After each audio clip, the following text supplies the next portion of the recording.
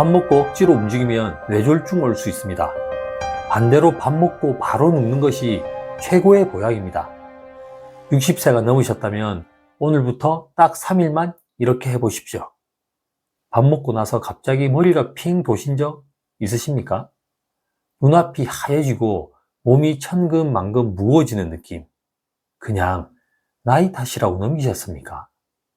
오늘 이 내용 끝까지 들으시면 그게 나이 탓이 아니라는 걸 알게 되실 겁니다. 시니어 막둥아. 여기 한 분을 소개해 드리겠습니다. 72세 이정숙 어르신입니다. 평생 농사일로 허리 한번 제대로 펴본 적이 없이 사신 분입니다. 자식들한테 짐이 되기 싫다고 몸이 힘들어도 절대 내색을 안 하시는 분이시죠. 그런데 반년 전부터 이상한 증상이 시작됐습니다. 밥을 먹고 나면 꼭 머리가 핑 돌고 세상이 빙글빙글 도는 겁니다. 처음엔 기력이 떨어진 줄 알고 고기도 더 챙겨 드셨습니다. 영양제도 사 드셨습니다. 그런데 나아지기는커녕 점점 심해졌습니다. 나중엔 밥 먹고 일어나다가 그 자리에 털썩 주저앉아야 할 정도가 됐습니다. 병원에 가도 빈혈도 없고 혈압도 정상이라는 말만 돌아왔습니다. 도대체 왜 이런 일이 생기는 걸까요? 첫 번째 원인, 뇌는 우리 몸에서 가장 까다로운 장기입니다. 몸무게의 단 2%밖에 안 됩니다. 그런데 산소와 에너지는 전체의 20%를 혼자 다 씁니다. 뇌로 가는 피가 1분만 줄어도 뇌세포는 바로 비명을 지릅니다.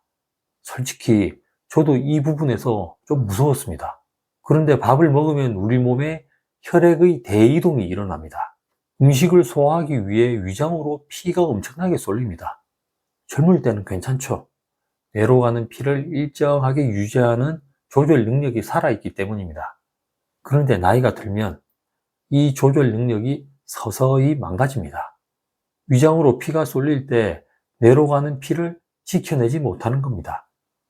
이정숙 어르신처럼 밥 먹고 나서 어지러운 이유가 바로 이겁니다. 단순히 어지럼증이 아닙니다. 뇌가 굶고 있다는 신호일 수 있습니다. 두 번째 원인. 그런데 여기서 이상한 점이 있습니다. 많은 분들이 밥 먹고 어지러우면 억지로 일어나서 움직이려 하신다는 겁니다. 밥 먹고 누우면 소가 된다는 말, 바로 그 말 때문입니다. 평생 부지런하게 사셨던 분들일수록 더 그러십니다. 이정숙 어르신도 어지러움을 참고 억지로 밭일을 하러 나가셨습니다. 그런데 이게 오히려 위험할 수 있습니다. 뇌로 가는 피가 이미 줄어든 상태에서 억지로 움직이면 뇌 혈류가 더 떨어집니다. 이 상태가 반복되면 뇌세포가 조금씩 손상될 수 있습니다. 낙상이나 사고로 이어질 수도 있죠. 심한 경우 뇌졸중 위험이 높아질 수 있다는 연구도 있습니다.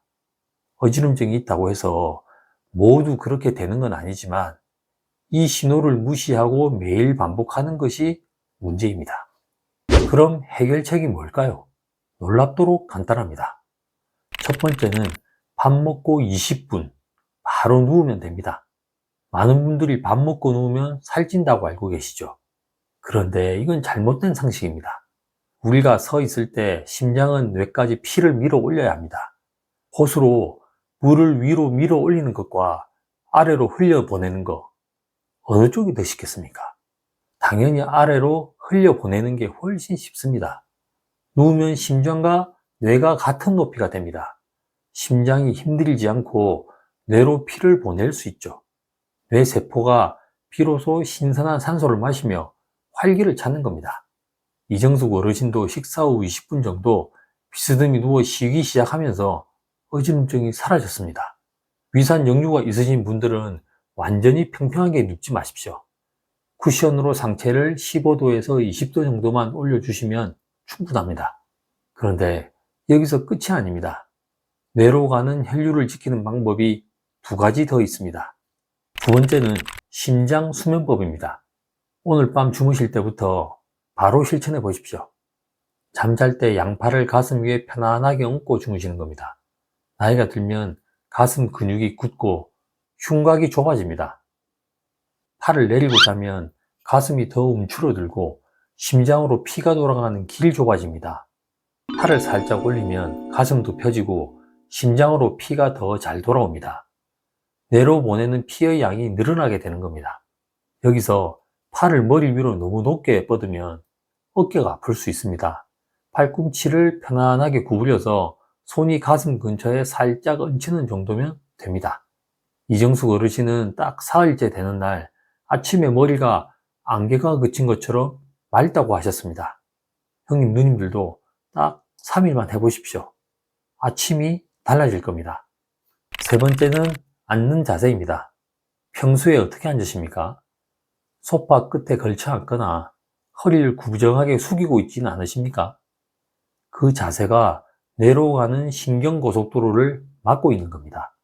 엉덩이를 끝까지 밀어넣지 않으면 골반이 뒤로 눕습니다. 골반이 누우면 허리가 굽고 목이 자연스럽게 앞으로 나옵니다. 바로 거북목이 되는 겁니다. 목은 뇌에서 온몸으로 내려가는 신경들의 핵심 통로입니다. 특히 혈압을 조절하고 심장 박동을 관리하는 자율신경이 이 목뼈 사이를 지나갑니다. 거북목이 되면 이 통로가 막히게 되는 겁니다. 자율신경이 제대로 작동을 못합니다. 밥을 먹어서 피가 위장으로 쏠릴 때 혈압을 조절해야 하는데 그 능력이 사라지는 겁니다. 이정숙 어르신이 겪었던 식후 어지럼증의 진짜 원인 중 하나가 바로 이 자세 문제였습니다. 평생 밭일을 하시면서 고개를 숙이고 사셨거든요. 하지만 해결책은 간단합니다. 의자에 앉을 때 엉덩이를 끝까지 깊숙이 밀어 넣으십시오. 그것만으로도 골반이 서고 허리가 펴지고 목이 제자리를 찾습니다. 이정숙 어르신은 이 습관을 바꾸고 나서 만성 두통까지 사라졌습니다. 자, 오늘 꼭 기억하실 것 3가지입니다. 첫째, 밥 먹고 어지르면 억지로 움직이지 마십시오. 20분만 비스듬히 누워 쉬십시오. 뇌를 굶기지 않는 가장 빠른 방법입니다. 둘째, 오늘 밤부터 팔을 가슴 위에 살짝 올리고 주무십시오. 사흘만 지나면 아침이 달라집니다. 셋째, 의자에 앉을 때 엉덩이부터 끝까지 밀어 넣으십시오. 우리 목의 고속도로를 열어두는 겁니다. 당장 오늘부터 시작하십시오. 형님 누님들, 한 가지만 더 말씀드리겠습니다. 식후 20분 눕기는 게으름이 아닙니다. 뇌를 위한 가장 현명한 선택입니다. 평생을 부지런하게 달려오신 형님 누님들일수록 이 말이 더 와닿으실 겁니다. 이정숙 어르신처럼 작은 습관 하나가 남은 인생을 통째로 바꿀 수 있습니다. 오늘 이 영상 보시고 나서 한 가지만 생각해 보십시오. 밥 먹고 나서 나는 지금 뇌를 살리고 있는가 아니면 뇌를 굶기고 있는가? 이 한 번의 생각이 10년 후 내 뇌를 지키는 시작이 될 수 있습니다. 오늘도 끝까지 봐주셔서 감사합니다.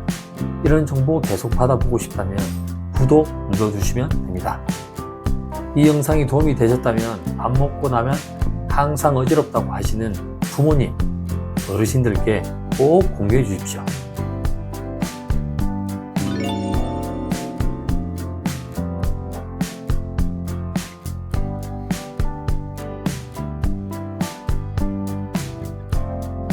시니어 막둥아